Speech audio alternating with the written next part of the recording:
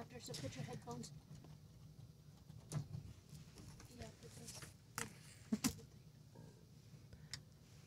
Good afternoon. Good after Monday noon.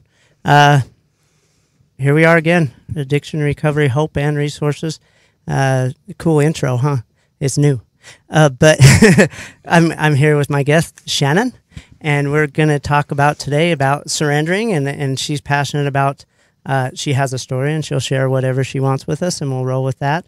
And then we're going to focus on surrendering, and because that's what we have to do no matter how many years in your recovery. You must almost every day surrender. And so, hi, Shannon. Hi. Welcome. Talk a little bit closer to the microphone. Hi. There you go. Can you hear me? Yeah. Okay. Perfect. So, welcome, Shannon. Hey, roll with it. Go. Tell us where you've been. Okay. Well, I can tell you that my clean date is October 5th of 2010. Bam. So I have just about 8.5 years clean. We usually kind of started off, I usually start off with my childhood and kind of how I felt. And I can't, I was thinking about it today, and I can't really remember if there was any specific event that happened. But I do remember it was probably about 4 or 5 years old where I started to notice differences. And it starts young, a lot of time. I can go back. I think it's the best thing you can do is go back as far as you could see where the root is. Yeah. And I mean, I have, things that happened in my childhood that, I was hushed a lot. Don't say anything. You'll make it worse. So my feelings were, at least the way that I remember, I really wasn't able to express my feelings. I never really learned how to appropriately. So I kept a lot inside, and I think I was about 5 when I started overeating. Mm-hmm. And by the time I was 11, I was about 200 pounds. So that was kind of the first evidence of addictive behavior. Yeah. And so, we moved a lot when I was a kid. So I was always the new girl, and I was always the big girl. Yeah. And, I got teased a ton. And so that just validated that I was different, and put correct me if I'm wrong, but it pushed you to the crowd that accepted you. Yeah. So through high school, I hung out with the we called them stoners back then, although we called them the parking lot crew. I was out there. Yeah. We hung out across the street from the school, but right. And I didn't really I did the recreational thing, very little. Nothing ever stuck, or, I didn't like anything so much that I couldn't stop at that point. But I do know that my weight was always in my head. I didn't think people would ever love me as much as I loved them. I had these expectations and a lot of fantasies about the way that my mother was supposed to treat me, about the way that relationships with men were supposed to go. I didn't understand what love was. I had this, this huge fantasy. I really had a lot of unanswered questions, and I was kind of left into my, with a lot of insecurity, I conformed a lot. I never got in trouble in school, even though I hung out with those kids. I never raised my hand, so I hid and I conformed, and introvert. So I got know in a lot of ways. So I got really good at reading people and giving them what I thought they wanted to hear, so that I would be accepted. Yeah. So about 18, I had gastric bypass surgery because it was going to fix me, right? Yeah. It was going to fix me, and I started to feel good. After I lost a little bit of weight, I got my first, real job, and I got out of my parents' house, and I started to live, as an adult. And, what happened was I was working at a retirement community, and I hurt my back, and went to the doctor. Yep. Completely innocently to an orthopedic. My back was locked up, and he gave me my first prescription for pain medication. Yeah. And it didn't stop for 12 and a half years.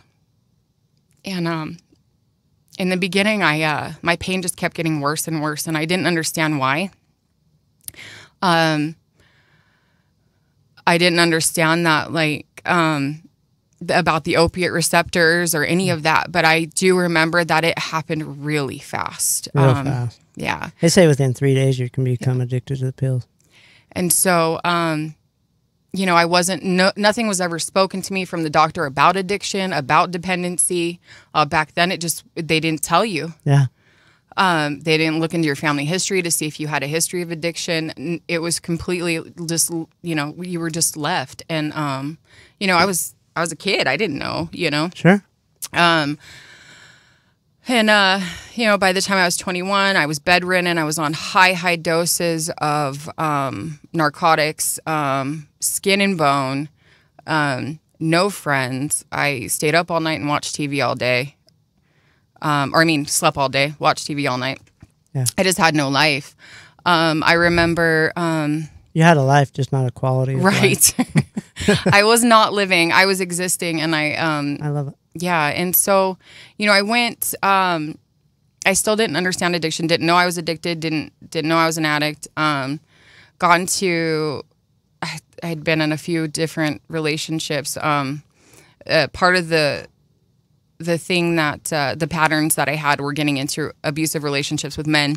Right. You know, I accepted anything that was given because I didn't think I deserved any more, or didn't even think it was possible. So I just got into these nasty patterns, and pretty soon, you know, the pills weren't enough, and you know, I started turning to street drugs, and I got very sick. I had strange, odd behaviors, things that I think people. Like my family, you know, they really didn't know how to talk to me about them because I'd probably get very angry. Yeah, I did many times. Yeah. I would manipulate, and I couldn't hold down a job. Towards the end of my addiction, I had faked having a job to my partner for 5 years. He was an over the road truck driver. Right. He would come home and I would have him drop me off at this building and tell him I was going to work. And I would walk around town all day, and then he would pick me up at the end of the day. And then when he was on the road, you know, stay home. Yeah, I would go back to my life, and you know, I never really thought of myself as a drug dealer, but those last 5 years, that's how I was paying my rent. Yeah. I didn't ever think I would die. I didn't ever think about getting caught. I remember, you know, I didn't have a lot of fun in my addiction. A lot of it was misery. A lot of it was trying not to get sick. Right. I couldn't get my daughter to school without getting high first. I couldn't get out the front door. I couldn't go to work. Sometimes I go 2 hours late. I call my boss. I can't get there for a little bit. I've got this. I'd make up something every time until my pills got to the house. Yeah. I couldn't go. No. And the thing was, you know, for me, it like took an act of, like God, for a you know, lack of a better term, like it took an act of the universe to come in and take me away and put me in a safe place. At that point, I had a little girl who she was 7 at the time. Her name's Abby. Hi, Abby. And I thought I was taking care of her, but I wasn't. I wasn't there for her. And I was so skinny that you could see my ribs through my breasts that, you know, at that point I just kept losing weight. And I blamed it on my surgery, of course, because that was, you know, justify, rationalize kind of thing. But not being able to get her to school, and people started noticing. People started saying something. I'm sure they noticed for a long time. But one day I got a knock on the door. And Department of Child and Family Services came, and they investigated. And I went to court with my daughter, and I didn't come home with her. And I was told that I had to get clean, and I had to get off these, and that included the prescriptions, the pain pills. I went to one doctor for 12 and a half years. Yeah. And so I thought I was different, you know. Yeah, I didn't doctor shop, right? Yeah. So, yeah.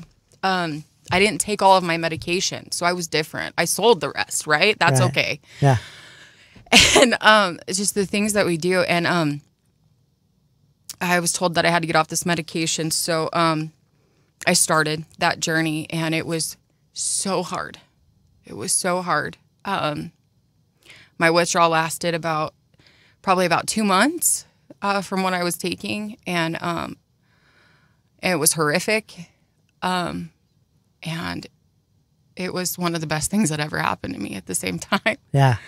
But I still couldn't stop. I was still so in that behavior of just putting something inside of me to fill me up, to make me feel different, was so ingrained. I couldn't stop putting things in my body, even things that weren't getting me high. Yeah. At this point, I had been placed in family drug court. I had to be clean before I went into treatment. And I couldn't stop. I couldn't stop doing things. And so they put me to jail, and then I went into a residential treatment for women and their children. And about 6 weeks in, they're like, Shannon, like, I had no idea that I was lying. I Yeah. had no idea. I call those symptoms of the disease, and some people don't believe it, but I call those symptoms, and it's not always the drugs, it's the behaviors that lead to the drugs. Yeah. And really, you know, I just remember, like, they're like, one staff looked at me and she's like, you're good. Yeah. And I'm like, what are you talking about? Yeah. So I'm not lying. What are you talking about? I had no idea that I was literally giving them what they wanted to hear. That's how I got through life.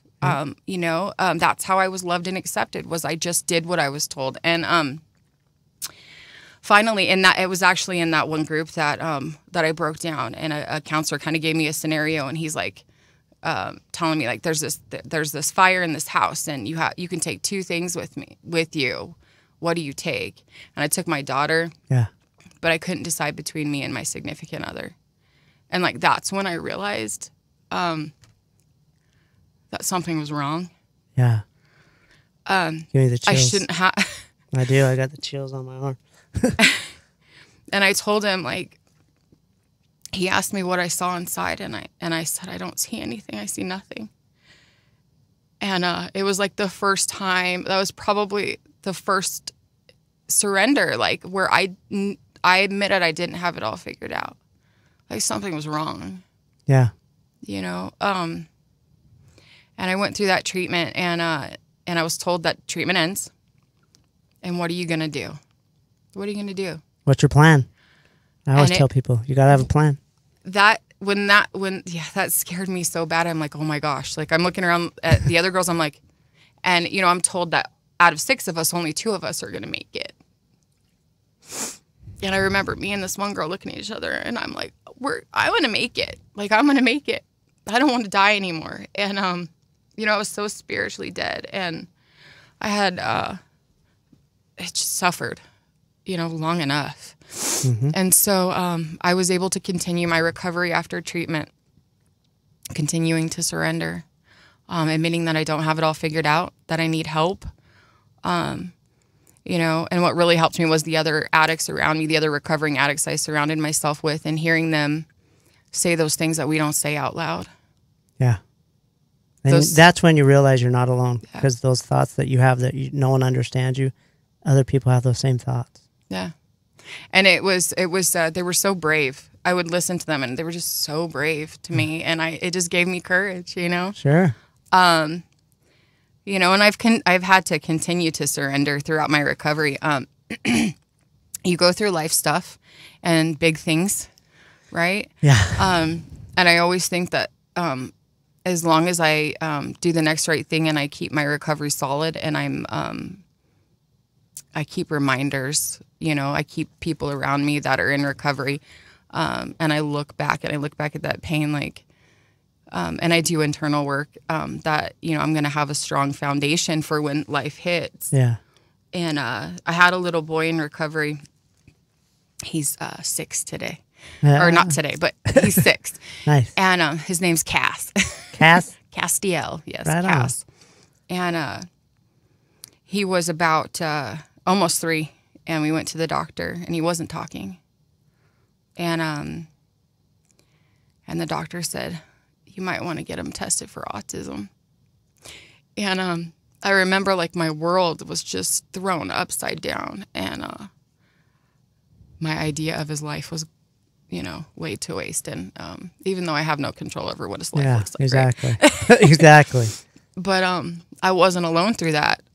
It was such a painful, you know, the unknown is so scary. And he's amazing. He's amazing. I believe it. He's awesome. I'm really, really lucky. I'm really fortunate. And I think, you know, he was given to me today because I can be there for him. So, yes, you know, and that's just one thing that I've went through. I've went through so much. I've had friends die. I've had, lots. You know, I've watched people get their driver's license back. I've watched, right. I mean, those are big things for us. Huge. And then they get their first car. And there's the pride is just amazing.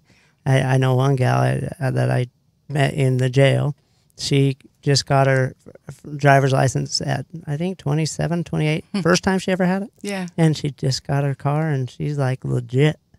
She's That's so happy amazing. and stoked. And I'm so happy for her because it's huge. I know. And it's those little things. And we wonder, I wonder sometimes if other people understand, like, or if they get to feel what I feel when somebody gets, when they're going to work on time every day and they realize I'm going to work on time every day. Huge. Those little things that, like, you know, and I think that's why I love recovery, because it's such an internal journey and a journey into the moment and gratitude. I was going to say the same word. The people that have the gratitude are the ones that even if you're not an addict, the grateful people in this world can see and feel that those things for other people. And that's cool. Yeah. So, you know, and today I just do kind of the same things that I did in early recovery. I have, you know, other recovering addicts that, you know, are in my life that help reflect me, like we're mirrors for each other. Yeah. I have women in my life that, you know, call me, that I'm there for. One thing that has worked for me is, I mean, there's so many fellowships and groups out there, and avenues for recovery. The one thing that I did was I picked one, and I made it my life. I fell in love with it. I have an amazing higher power, you know, that knew exactly where I needed to be. Yeah, that's who you surrender your stuff to. Yeah, yeah.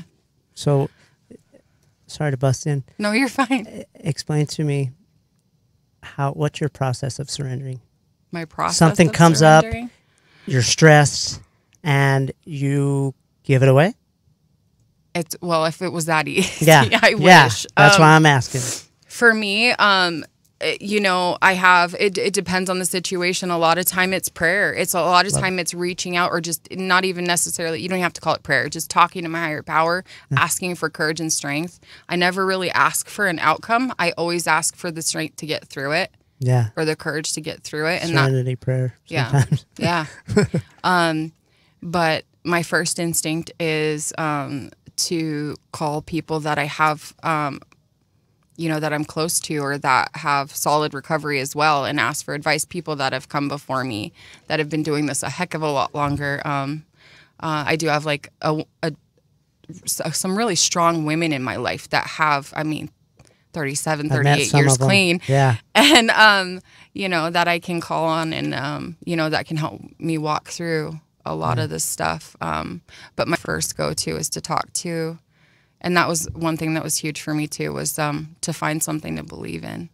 Yeah. You said it a few times, and I am a firm believer. I don't know. You can correct me, but once again, because everyone thinks different, I'm not trying to get in your head. But no, you're fine. But you are who you hang around with. Yeah. It doesn't matter. There's an old saying, birds of a feather flock together. And if you're in recovery, I recommend you find 5 people that are the most positive people, that are out to do good in the world, that are out to give back, and hang around with those suckers. Yeah. Don't leave them. Don't go out with the other ones that you used to would have hung around with. Would you feel that way? No, I agree. I absolutely agree. I don't go to bars. I don't. Me neither. I won't eat one. I love karaoke. I love to sing. but I don't go to bars, and that's the only place here that unfortunately has karaoke that I know of. But Right. I don't put myself in situations where I could get a phone call. Your son got hit by a car. Yeah. And it's right there. It's right there. There's a substance right there. Yeah. I try to keep myself as safe as possible because I can't trust my disease. I also believe that addiction's a disease. I see it, its tentacles. I look at it like a wagon wheel, and there's just different spokes on that wagon wheel. The obsession, the compulsion, it can grab onto anything for me. So Yeah, since 2010, I'm 2013. So, but, we were talking before the show, and a guy I learned it from in a meeting that I went to.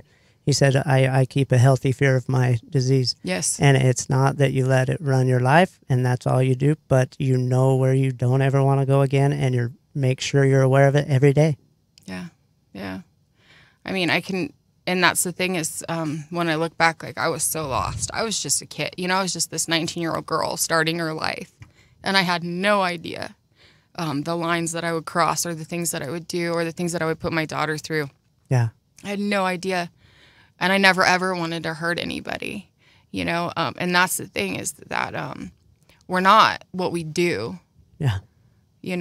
That's not who we are. Nope. We're very sick, Very sick. We actually just lost a couple of people to some overdoses. I knew 2 of them. Yeah. And I've seen quite a few. I've seen quite a few in 8.5 years, and it's Yeah, me too. it's hard. And but the things that I see most when we do lose people, or people relapse, or people go back out there, is they're losing a grasp on their foundation. They're getting too comfortable. And They're not using their tools. No. They think that I think that ego steps in and says, like, I'm okay. I can go to the bar and hang out and play pool. Right. Or I can have one drink and then just tonight, and I won't do it tomorrow. Yeah. That's how it happens. Yeah. I mean, for me, it was also allowing other people to love me, like, and surrendering to the fact that, surrendering to new ideas and open-mindedness, because that stuff's not easy for us. Right. We live so, for me, I'm black and white, and I have to fight for a little bit of gray sometimes, a lot of gray. So much of what you say, Shannon, is like my whole story.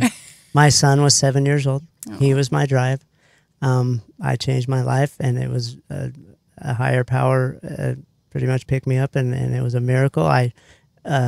My withdrawals lasted about 2 months. The same drugs. I mean, our story almost is to a T about the same. It's crazy. As I sit here and listen to you, I'm so proud of you. Thank you. You're doing amazing. You too. And you're giving back. I'm trying. I'm doing my best. You're doing more than doing trying. My best. Today I'm so lucky. How much do I have? Give us your last bit of hope. About 1 minute. 1 minute of hope. Yeah. Search out recovery. Find your people. Open your mind. Listen. Have some blind faith. And just jump. Just jump and trust. Trust. I say ride on someone else's coattails. That's been there before. The ones that have success, and follow what they say, because your thinking's wrong. And fake it till you make it. Some people hate that saying, but you will make it if you can do so and put one foot in front of the other and do the next right thing, as you said. And it's an amazing process to watch the people that succeed. And you said earlier, Shannon, you said you were given the thing, 2 out of 6 people in this room will make it. And I know, I love that. There is statistics, and I threw them all out. I said, listen, 6 out of 6 people can make it. Yeah. If you really work at it. Yep. Odds are, I'm not going to bring in statistics myself, but odds are that you can make it. 100% of the room can make it. Yep. I believe that too. Thanks for coming on, Shannon. Thank you. We'll see you next Monday.